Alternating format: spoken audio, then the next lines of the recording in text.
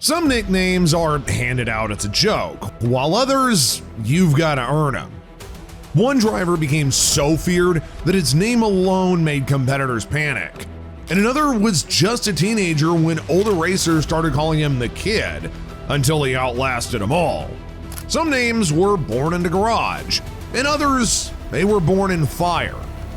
These aren't just nicknames, they're titles, they're warnings, and they're NASCAR history that are carved into sheet metal and smoke. These are the stories of how NASCAR's most iconic nicknames were earned. Number 1, Dale Earnhardt, the Intimidator. When Dale Earnhardt filled your rearview mirror, you had two choices: either move or get moved.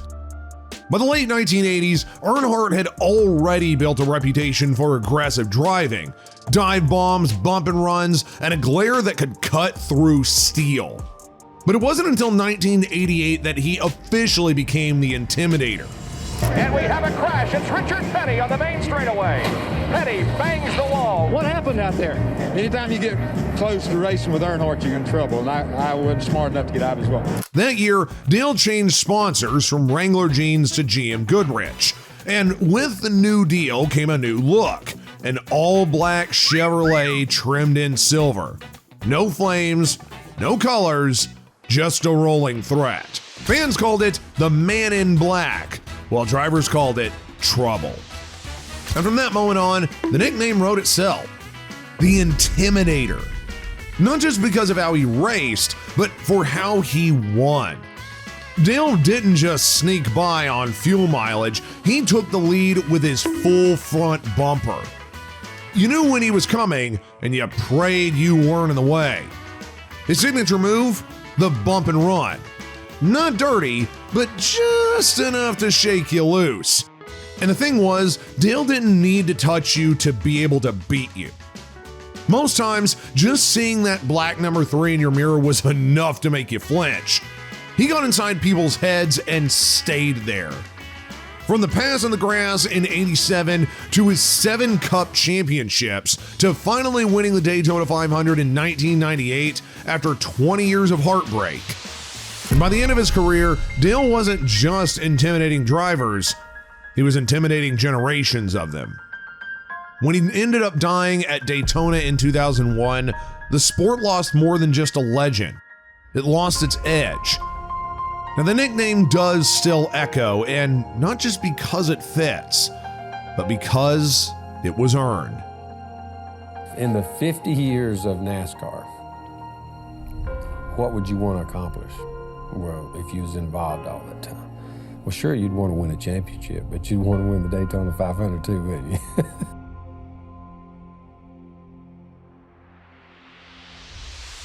Number 2, Mark Martin, the Kid. Before he was a veteran driver and before he was a Hall of Famer, Mark Martin was just that kid from Batesville, Arkansas. In the late 1970s, Mark had showed up at local short tracks. 16 years old, quiet, and way too fast. He wasn't even supposed to win. He was supposed to learn, but he kept winning anyway. Older drivers didn't take too kindly to that. In fact, they started calling him the Kid, and it wasn't out of affection, but rather frustration. That kid from Arkansas? You know, the kid who doesn't know how to lose? Well, the name ended up sticking. And when Mark broke into NASCAR in the early 1980s, the Kid came with him. He eventually lost his ride, his sponsor, disappeared in fact. But in 1988, he came back, and this time, he stayed. And he didn't just return, he dominated. Here he is, moving through turns number 3 and 4. He sees the checkered flag ahead in the hands of Harold Kinder. He receives the checkered flag. Mark Martin wins. 5 runner-up championship finishes, 40 Cup wins, a career that stretched into his 50s, still qualifying on pole and still leading laps. Suddenly, the Kid wasn't just a nickname anymore. It was a badge.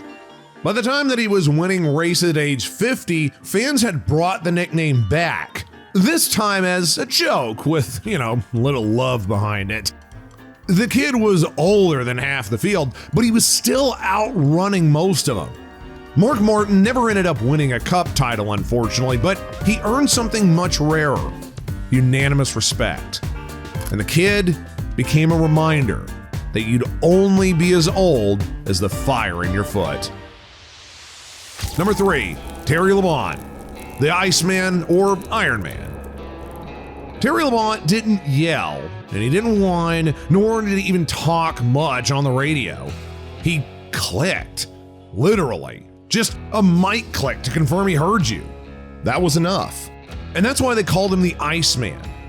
Because while others were melting down behind the wheel, Terry stayed calm. When drivers cussed out their spotters, Terry gave them silence. And while others barked at crew chiefs, he just keyed up and clicked. No words, no emotion, just cool precision, lap after lap, season after season. But ice wasn't the only thing in his blood. There was also pure steel. In 1996, Labonte broke the record for the most consecutive starts in NASCAR history, 513 races in a row. He didn't just show up, he actually competed. And that day, he didn't just break the record, he won the race. In a raw brush stainless steel paint scheme, no less. And that's how the second nickname was born, the Ironman. A guy who just kept showing up, no matter how bruised, battered, beaten, or overlooked. A driver who for 2 decades quietly racked up wins, a pair of championships, and the admiration of an entire garage. Some legends are loud. Terry Labonte earned his status with a whisper. Number 4, Kyle Busch, Rowdy. Kyle Busch was never here to make friends. Heck, he wasn't even raised on handshakes, but rather raised on elbows. Because from the moment he stepped into a stock car, it was chaos. He wrecked, he won, he ran his mouth. Just freaking retarded, man. So stupid. I don't understand these guys. I should beat the shit out of them right now is what I should do. Put 4 on it. Put 4 on it. You butter. And we're on sleazy tires. God damn it, you embarrassing. That's all we've been this year, is a big embarrassment. And somewhere along the way, he picked up a nickname, Rowdy. It started with his number 51 Truck Series ride. Same number, same as Rowdy Burns from the Days of Thunder, and at first it was just a reference. But then, it became a warning. Because Rowdy didn't just describe a movie character, it described him. He shoved people on the pit road, tore up trophies, he fought. Brad, Harvick, crew members, officials, you name it. Brad Keselowski, driver of the Penske Racing Dodge. Kyle Busch is a... If you had messed with Kyle Busch, man, Rowdy was showing right up there with him. But here's the thing, Rowdy won. He won more Xfinity Cup wins than anyone in history.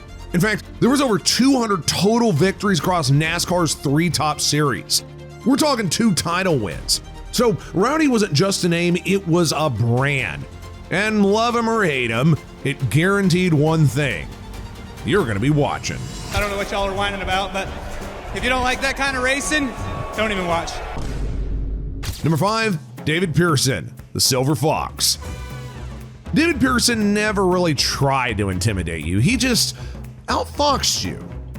They called him the Silver Fox for a reason, partially for his premature gray hair, which we can all take a laugh at, sure, but mostly for the way he toyed with his competition. Pearson didn't dominate races from start to finish, he waited, lurking, calculating. He was saving tires, saving fuel, and when the time was right, he struck. Can Pearson slingshot him as he comes down low, and he may run him into the pits, and it's going to be Pearson winning it. An incredible, daring move, and it paid off for David Pearson. Last lap, Pearson's and Petty Tangle both crashed, but Pearson coasts along the line, engine wrecked, and won the race. Richard Petty goes back in front. They both spin. They're in the wall. Petty is slamming into the wall. He's coming down toward the finish line. Will he make it? He's still moving. The car stops. 300, 400.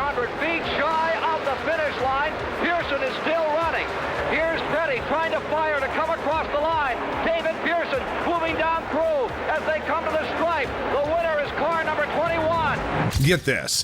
Bruton Smith was offering up a brand new boat to whoever led lap 76 of the World 600. So what does Pearson do? He leads lap 76, takes that boat, but then he fades, then charges back and wins the race too. That, my friends, was David Pearson. Quiet, deadly, and always 10 steps ahead. He never cared about leading the most laps, just the last one. And he did it 105 times. Second most wins in NASCAR history, believe it or not. First place in mid-games. They didn't call him the Silver Fox for nothing.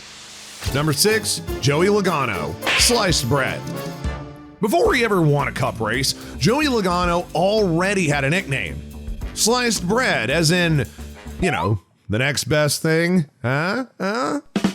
In fact, a little bit of backstory on that. The label came actually from veteran racer Randy LaJoie, who watched a teenager Logano tear up the track and development series and said, "This kid's the best thing since sliced bread." At first it was a hype, but then it kind of became a burden.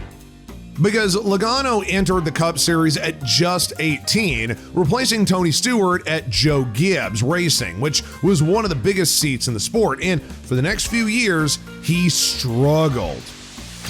Joey Logano. Big crash. Oh, he's upside down. Over and over, Logano goes between 3 and 4. No. Critics had stated that the nickname was a joke, that the sliced bread had gone stale. But then came the move to Team Penske, the swagger, the wins.